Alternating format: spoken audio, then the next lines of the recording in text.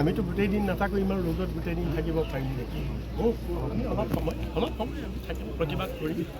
উৎপল বৰা গৰুচৰ, উৎপল বৰা গৰুচৰ, গৰুচৰ কোন? গৰুচৰ কোন? উৎপল বৰা লেই লেই চাই চাই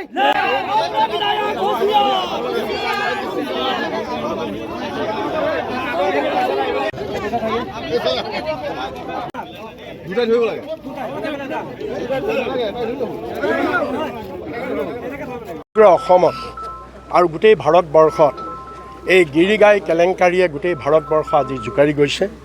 আৰু যিদিনাখন আমাৰ অসমত এই গিৰিগাই কেলেংকাৰী পোহৰলৈ আহিলে, সেইদিনাখনৰ পৰা আজি পৰ্যন্ত আমাৰ কংগ্ৰেছ দলে সমগ্ৰ ৰাজ্যত পৰ্যায়ক্ৰমে এই গিৰিগাই প্ৰতিবাদ, ইয়াৰ চোৰৰ প্ৰতিবাদত আন্দোলন কৰি আহিছে।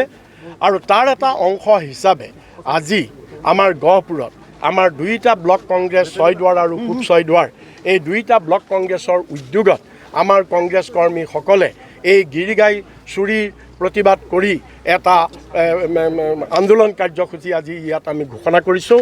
আমি মহকুমাধিপতিৰ যোগেদি অসম চৰকাৰক আমি দাবী জনাব আহিছোঁ যে এই গিৰিগাই কেলেংকাৰী দুখীয়া কৃষকৰ বাবে অনা, খেতিয়ক ৰাইজৰ বাবে অনা এই গিৰিগাই কেলেংকাৰী যে বিধায়কে আৰু মন্ত্ৰীয়ে, বিজেপিৰ সাংগু পাংগুবিলাকে, বিজেপিৰ নেতা পালি নেতাই যি আত্মসাৎ কৰিছে, ইয়াৰ ওপৰত ন্যায়িক তদন্ত হ'ব লাগে।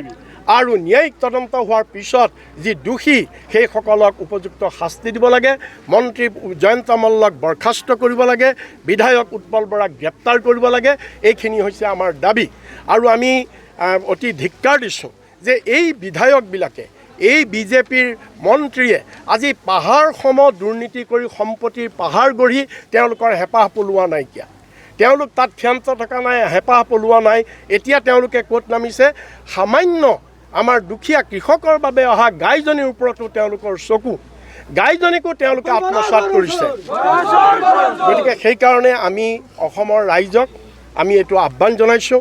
আৰু গহপুৰৰ ৰাইজক আমি আপোনালোকৰ যোগেদি আমি আহ্বান জনাইছোঁ যে গহপুৰৰ ৰাইজে আজি লজ্জাবোধ কৰিব লাগে যে গহপুৰ এক ঐতিহ্যমণ্ডিত সমষ্টি, য'ত কনকলতা মুকুন্দ কাকতিৰ তেজৰ বিনিময়ত এই দেশে স্বাধীন হৈছে।